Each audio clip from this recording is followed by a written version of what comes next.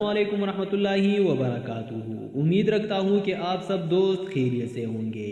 دوستو، پاکستانیوں کا فلسطین سے کیا رشتہ ہے؟ ایک رپورٹ کے مطابق صحافی حامد میر نے بتایا کہ جس کے پاس کھونے کے لیے کچھ نہ ہو، وہ اپنے طاقتور دشمن پر فتح پانے کے لیے موت کو اپنا ہتھیار بنا لیتا ہے۔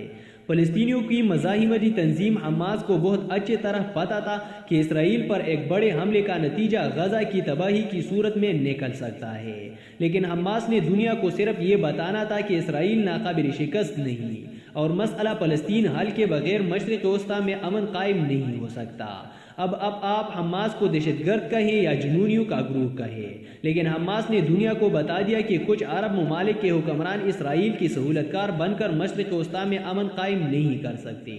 امن قائم کرنا ہے تو فلسطینیوں سے بھی بات کرنا پڑے گی۔ اس سوال پر بحث کرنا بے معنی ہے کہ اسرائیل اور امریکہ کی طاقتور انٹیلیجنس ایجنسیاں حماس کی اتنی بڑی حملے سے کیسی بھی خبر ہے۔ حماس کی تاریخ یہ بتاتی ہے کہ شیخ احمد یاسین نے تنظیم آزادی فلسطین PLO کے سربراہ یاسر عرفات سے مایوسی کے بعد حماس قائم کی تھی۔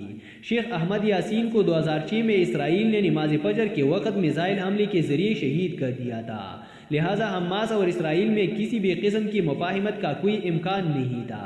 اگست 2021 میں افغانستان سے امریکہ انخلاء کے بعد یہ طے تھا کہ فلسطین اور کشمیر میں مزاحمت کی چنگاریاں دوبارہ بھڑکیں گے۔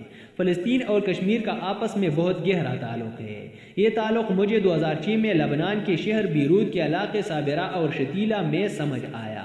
یہ وہ علاقہ ہے جہاں اسرائیلی فوج نے 1982 میں فلسطینی مہاجرین کا قتل عام کرایا تھا۔ 2006 کے لبنان اسرائیلی جنگ کے دوران میں کئی دن کے لیے بیروت میں موجود رہا۔ ایک دن میں نے اپنے ٹیکسی ڈرائیور کے سامنے مفتی امین الحسینی کا ذکر کیا تو وہ مجھے صابرہ شتیلہ کے علاقے میں لے گیا، جہاں شہداء کے قبرستان میں مفتی امین الحسینی دفن ہے۔ مفتی امین الحسینی فلسطینیوں کے تحریک مزاحمت کے بانیوں میں سے تھے۔ مفتی اعظم فلسطین کی حیثیت سے انہوں نے علامہ اقبال قائد اعظم اور مولانا محمد علی جوہر سمیت برصغیر کے کئی مسلمان رہنماؤں کے مسئلہ فلسطین کی اہمیت سے آشنا کیا۔ 2006 میں امریکی CIA نے ان کے بارے میں ایک خفیہ رپورٹ کو ڈی کلاسیفائی کیا جو 1991 میں تیار کی گئی تھی۔ اس رپورٹ میں بتایا گیا کہ مفتی اعظم یعنی مفتی امین الحسینی، جو فلسطین کا مفتی اعظم تھا، اس نے فروری 1951 میں پاکستان کے شہر کراچی میں کشمیر پر منعقد ہونے والی ایک کانفرنس میں شرکت کی، جس کے بعد وہ آزاد کشمیر کے علاقے اڑی گئی اور انہوں نے کشمیریوں کی تحریک آزادی کی حمایت کی۔ اسی دورے میں وہ جنوبی وزیرستان کے علاقے وانا گئی اور وہ وہاں کے قبائلی عمائدین سے ملاقات کی۔ ایک قبائلی رہنما نے مفتی امین الحسینی کو ایک سٹین گن کا تحفہ دیا جو اس نے 1948 میں مقبوضہ کشمیر میں بھارتی فوج سے چھینی تھی۔ مفتی صاحب نے وزیر قبائل سے درخواست کی کہ وہ پاکستان کے خلاف بھارتی سازشوں کا حصہ نہ بنے۔ امریکی سے CIA کی رپورٹ کے مطابق پاکستان سے مفتی صاحب کابل گئے اور انہوں نے بیت المقدس کے امام کی حیثیت سے افغان حکومت سے اپیل کی کہ وہ پشتونستان کے سازش کا حصہ نہ بنے۔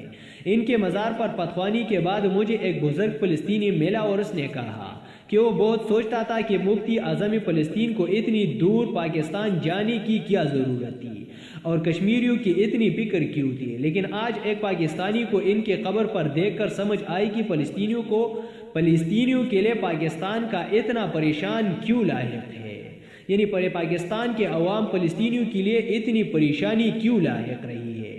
ہمارے بزرگوں نے تحریک پاکستان کے ساتھ ساتھ فلسطین اور کشمیریوں کے لیے تحریکوں میں بھی دل و جان سے حصہ لیا، اس لیے عام پاکستانی فلسطین اور کشمیر کے درد کو اپنا درد سمجھتے ہیں۔ علامہ اقبال نے 3 جولائی 1937 کو اپنے ایک تفصیل بیان میں کہا تھا کہ عربوں کو چاہیے کہ اپنے قومی مسائل پر غور و فکر کرتے وقت اپنے بادشاہوں کے مشوروں پر اعتماد نہ کرے، کیونکہ یہ بادشاہ اپنے ضمیر و ایمان کی روشنی میں فلسطین کے متعلق کسی صحیح فیصلے پر نہیں پہنچ سکتے۔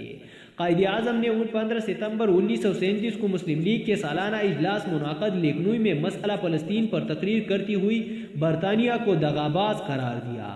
اس اجلاس میں ایک قرارداد کے ذریعے تمام مسلم ممالک سے درخواست کی گئی کہ وہ بیت المقدس کو غیر مسلموں کے قبضے سے بچانے کے لیے مشترکہ حکمت عملی وضع کرے۔ پھر 23 مارچ 1940 کو آل انڈیا مسلم لیگ کے سالانہ اجلاس منعقد، لاہور میں بھی مسئلہ فلسطین پر ایک قرارداد منظور کی گئی۔ میں ان حقائق کو ان صاحبان کی توجہ کے لیے بیان کر رہا ہوں جو دعویٰ کیا کرتے تھے کہ قیام پاکستان تو دراصل انگریزوں کی سازش تھی اور قائد اعظم نے 23 مارچ کی قرارداد انگریزوں سے تیار کرائی۔ اگر قائد اعظم انگریزوں کی ایجنٹ تھے تو انگریزوں کے دشمن مفتی امین الحسینی سے خط و کتابت کیوں کرتے تھے اور اسرائیل کے قیام کے لیے برطانوی سازشوں کی مخالفت کیوں کرتے رہے؟ سچ تو یہ ہے کہ برطانوی سازشوں کے نتیجے میں قائم ہونے والی فلسطینی ریاست کو امریکہ کے بعد اگر پاکستان کسی ملک کے سب سے زیادہ حمایت حاصل ہے تو وہ بھارت ہے۔